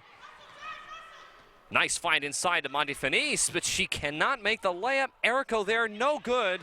2 opportunities at the basket. Brookdale cannot convert. It's a jump ball, and it goes back to Passaic. And isn't that just kind of this game in a nutshell? Brookdale having a chance there to lay it in. Can't ask for an easier basket. Bankel finding Montefinis. Errico gets the offensive rebound, but just coming up a little bit short today. Bell picked up her dribble. Timeout by Coach Eaton. 30-second timeout. We'll take a quick commercial break and come back after this. Minds can achieve anything. We make sure. Here, again, 6:49 remaining here in the fourth, 52-39. Brookdale down. Again, the men's team is coming up about 3 o'clock. Brian and I will have that call, and that should be a good one, too. As we kind of preview that a little bit, the men's team is, I think, 19-2, while Brookdale has come in here on a hot streak of their own. And we'll have more on that coming up in the men's game, plus what Coach Chizak was telling me a little bit about on Thursday when we were here for the women's game against Philadelphia. So we'll have all that coming up and more as soon as we wrap this one up. And right now for the women, they are trying to stay on a roll, which they have been on. They came into this game winning 8 out of the last 9 and 2 straight. While Passaic had dropped 3, Bell, hard contact to the floor, and she traveled. Yeah, and I thought that was a good call. I think Bell wanted there to be a call, but before she was contacted, there was just too many steps that she took, and the officials rightly called a traveling violation.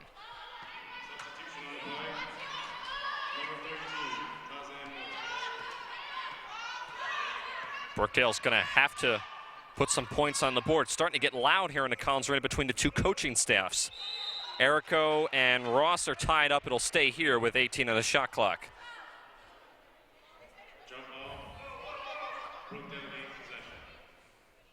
So again, Brookdale will inbound.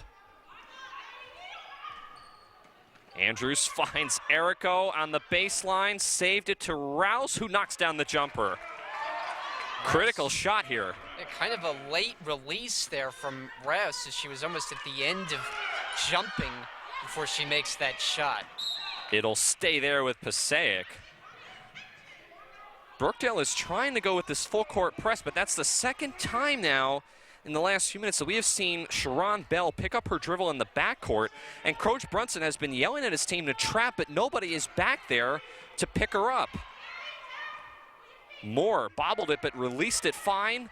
Gets her own rebound, a fresh 30. Andrews diving out of bounds, stays here.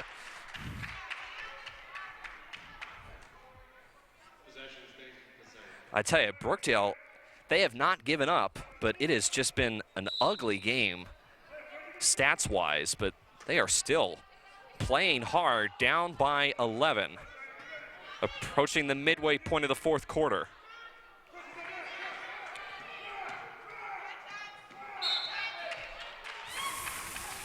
We're going to get a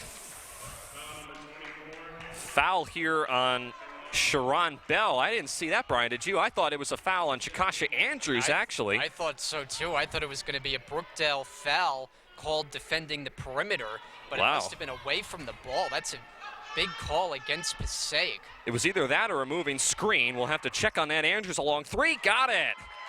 Chakasha Andrews, though, walks back limping as I think she fell a little bit funny on her leg after releasing that ball. And so the Jersey Blues now back into single digits. Andrews steals it away, puts it up and in. Now the comeback is on. The full court press making things happen. Thomas lost it. Bell now with the ball across the midcourt line. She just barely beat the 10-second call. Moore, I thought Moore may have traveled with the basketball, but no, instead it'll be a foul here on this side of the court.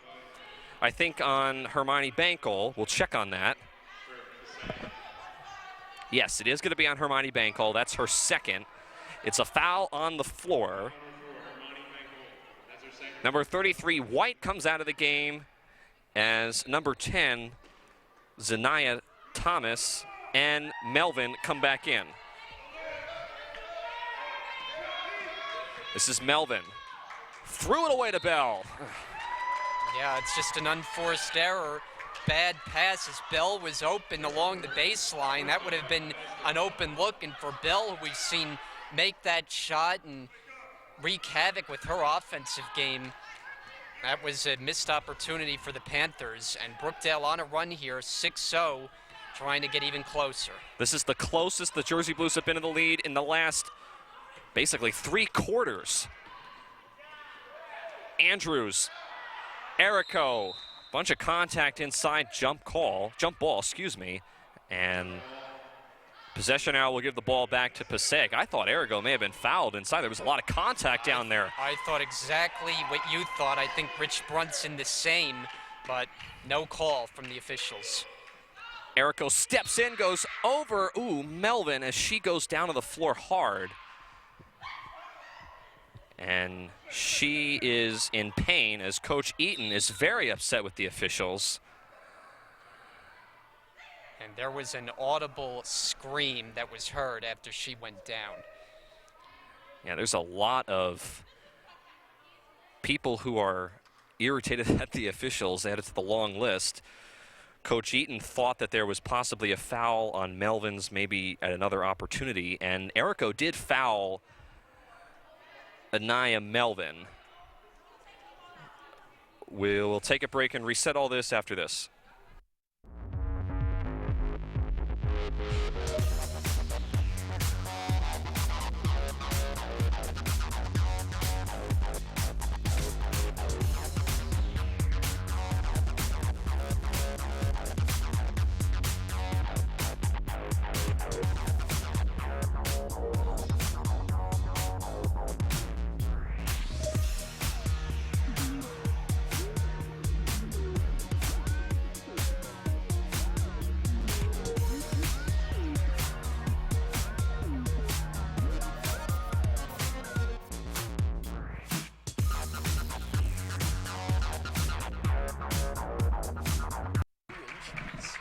Back here in the Collins Arena, Anaya Melvin being helped off the floor by Coach Eaton and Brookdale athletic trainer Pete Fusco. The foul was on Gianna Erico. That's her 4th. And Coach Eaton was upset at the officials. Coach Brunson has had some arguments with them this afternoon. Melvin appears to be okay. She injured what appears to be her right ankle, similar almost to the injury that we saw Colleen Brannigan have, although it doesn't appear to be as serious because she seems to be in a little bit less pain than Colleen was in, and she is moving around and doesn't seem to be in too much discomfort on the sidelines. Yeah, but I think it was the initial shock of the hit more than anything else than the injury being real serious, which it looked to be at the time. both coaching staffs are very irritated at the officials, as that's a turnover. Nice block there nice trap there by Brookdale. It's a 6-point game. Coach Eaton is still arguing her case with Nate Santana. Colleen Brannigan is waving a towel at the other end to try to fire up her players, as she's unfortunately out of commission because of that injury.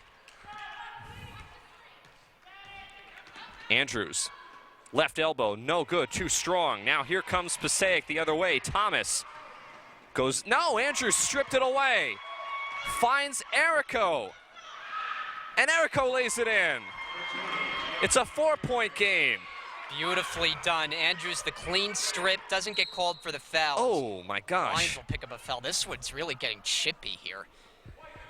I mean, how often do we see an injured player on each side in this game?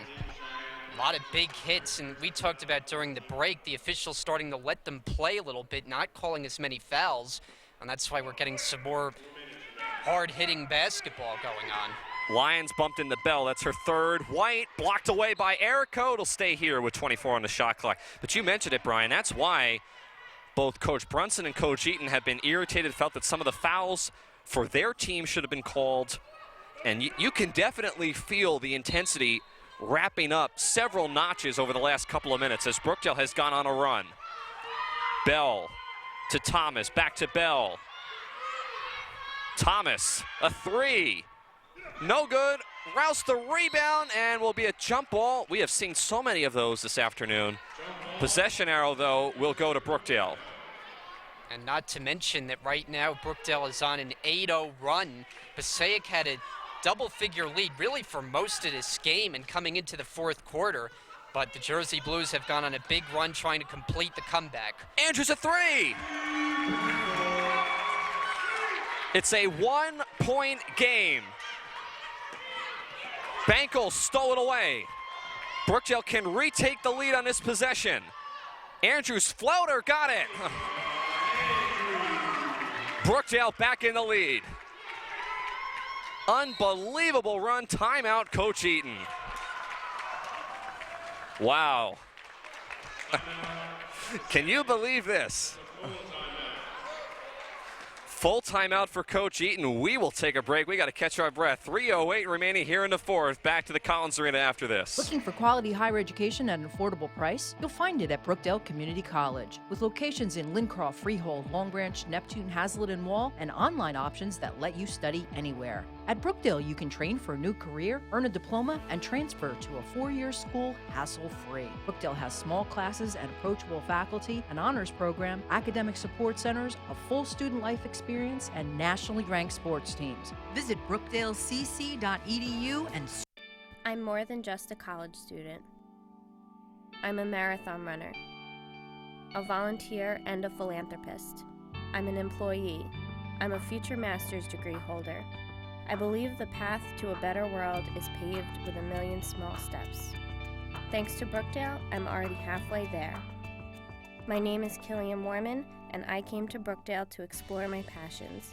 I never imagined I'd have the flexibility. Back here in the Robert J. Collins Arena, Tim Kettlefamo alongside Brian Goudsward. My gosh, the last several minutes. If you tuned out earlier, you would have missed a heck of a fourth quarter run by Brookdale. Within really the last 2 or 3 minutes between the full court press, Brookdale making some key shots, some questionable calls on both ends. And now with 3:08 remaining, Brookdale with a 1-point lead. It is their first lead since the first quarter. Thomas. Poked away for a second there by Cheyenne Lyons. Shot clock winding down, now down to 10. Bell, floater off the rim. Rebound fought for. Bankel, no, it's ripped away by Ross, who falls down. Moore puts it back up and in. I actually think they should have called a jump ball, if not a travel, but the officials let it go, and Passaic back in the lead. Oh, Lions couldn't handle that pass by Andrews.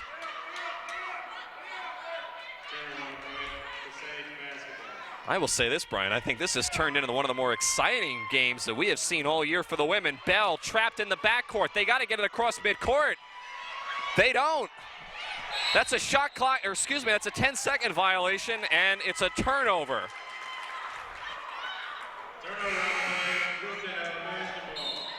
Go figure we get a game like this after Thursdays, you know? Brookdale was down by 12 at halftime. The largest lead that Passaic had by my count was 16 at one point. And they have come all the way back and right now are down by 1. They need a basket. Andrews, it's a 3. No good. Thomas with the rebound. Here they come. Thomas, back out to Sharon Bell. Under 2 minutes to play.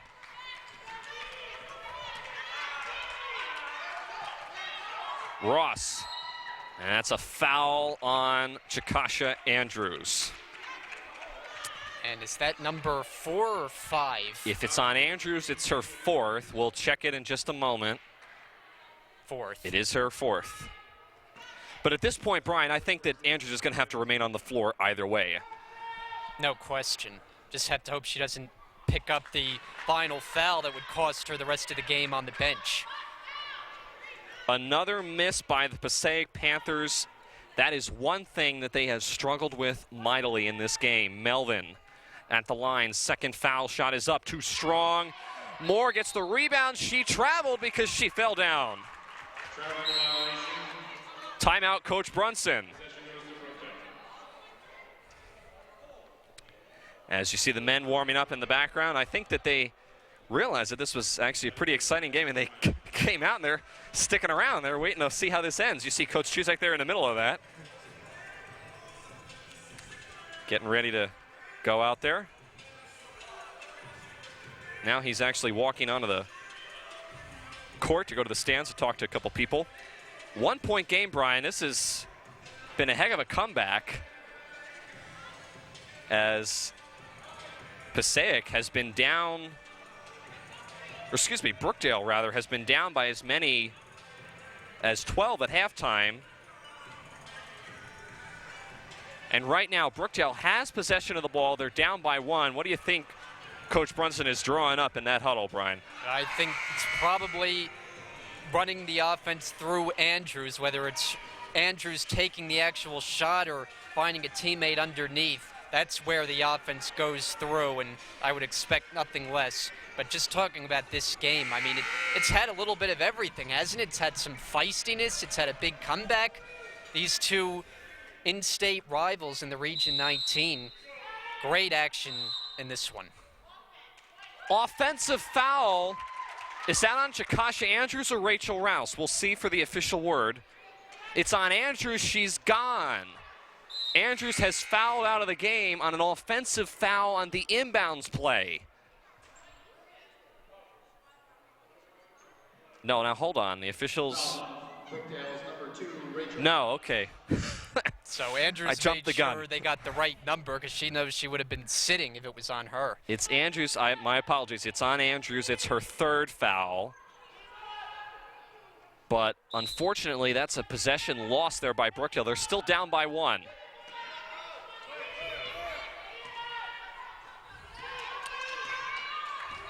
Bell guarded very tightly by Bankel. Gives it up to Ross. Dangerous cross-court pass to Thomas. She saved it out of bounds. Now here comes Brookdale. Bankel one-on-one with Bell to the hole, lays it in. And now the Collins Arena really comes to life. I gotta say, this is the most people I've seen in this arena. And they're making some noise. Yeah, the score was tied here at the Collins Arena. That's a mistake. It's a 55-54 lead for Brookdale. They lead by 1. Shot clock winding down the 5. Bell throws it at the feet of Melvin. Underneath, lays it in. That's a clutch play. Now Passaic up by 1. Under a minute left to play.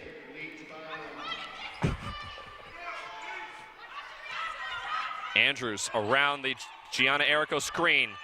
Keeps it herself. It was tipped, so no, it'll go back to Passaic.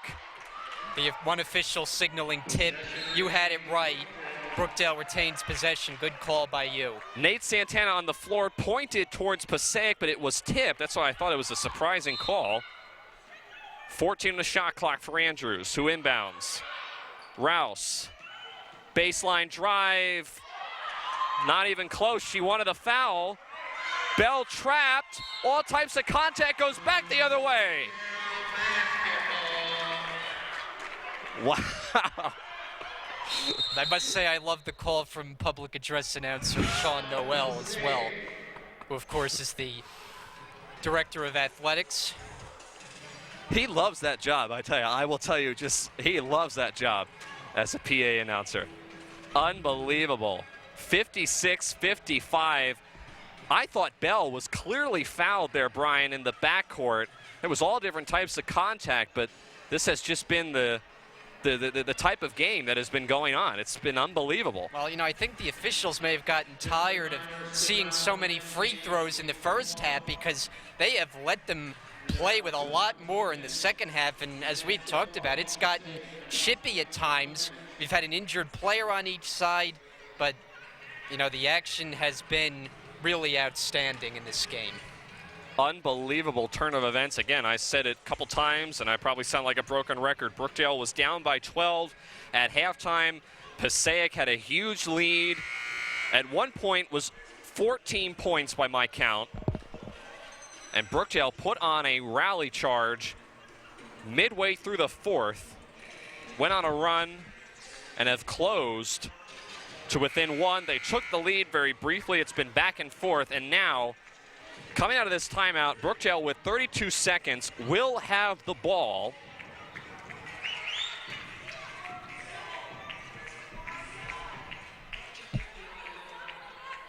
So they will inbound right here on their side of the floor where the ball went out of bounds when Sharon Bell lost it. Here we go, 32 seconds. Brookdale down by 1.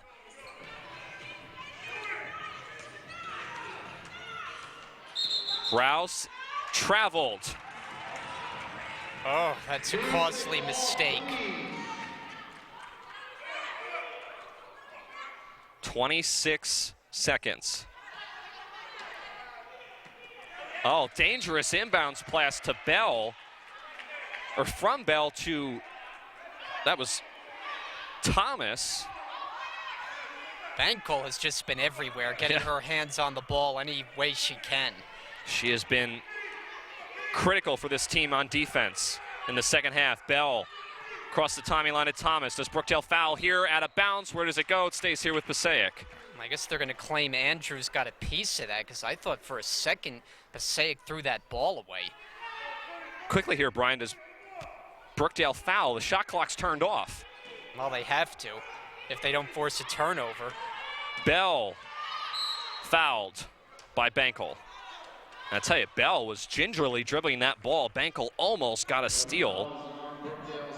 It'll be on Hermione Bankel, so because Brookdale is now in the double bonus, they will go to the foul line. Passaic will.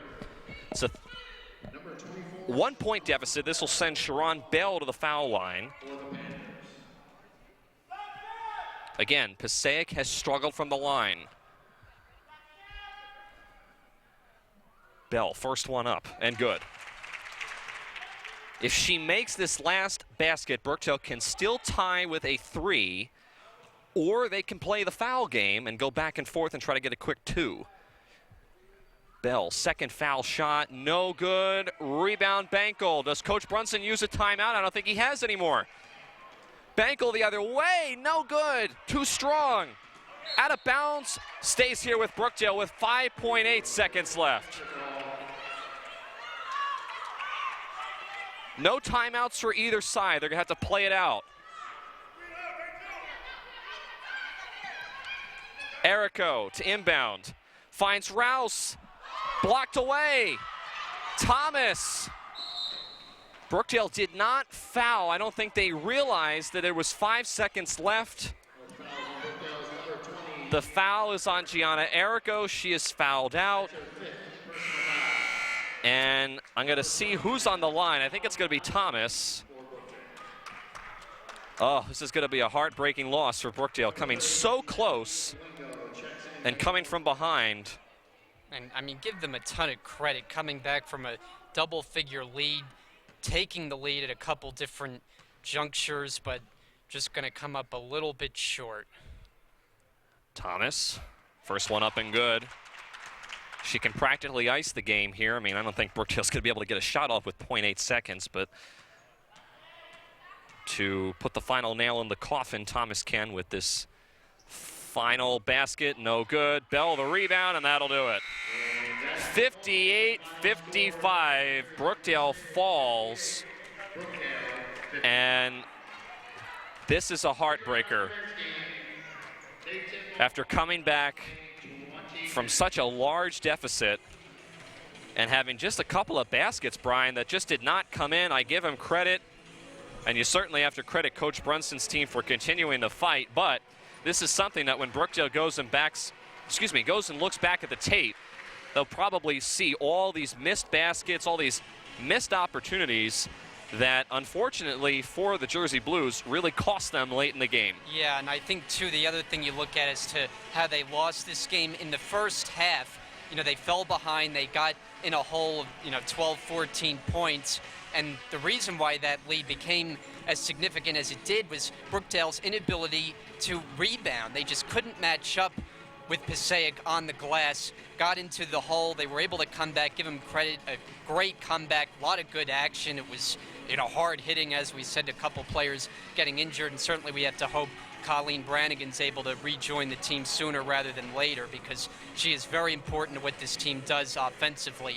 But hard-fought battle, had their chances, just come up a little bit short, and now they'll hit the road for a couple games, and we'll see them again a week from Tuesday. Yeah, Brookdale really struggled with offensive rebounding. Passaic was really, really good with that, and they really were dominant in the first half, Brian. That's really what kind of helped Passaic carry themselves through the third quarter. In the fourth quarter, Brookdale made a run, but just a couple of questionable calls on the floor.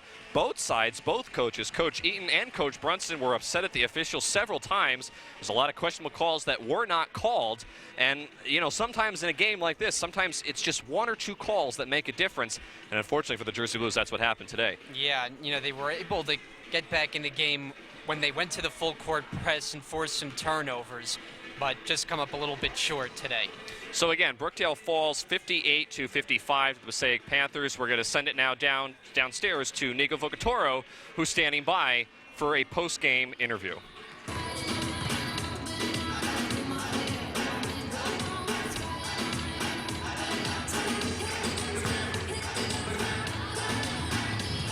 Men's team is warming up behind us. We'll be back for that. I'm Tim Cunniffe alongside Brian Goudsward. We'll take a break and come back for the men's game right after this. I'm here with the shooting guard of the Passaic Panthers, Zanaya Thomas. Zanaya, you scored 18 points, including the game-clinching free throws. How'd you play so well today? I believe I played good. I worked hard with my team, put them together, made sure it slowed the game down at a good pace.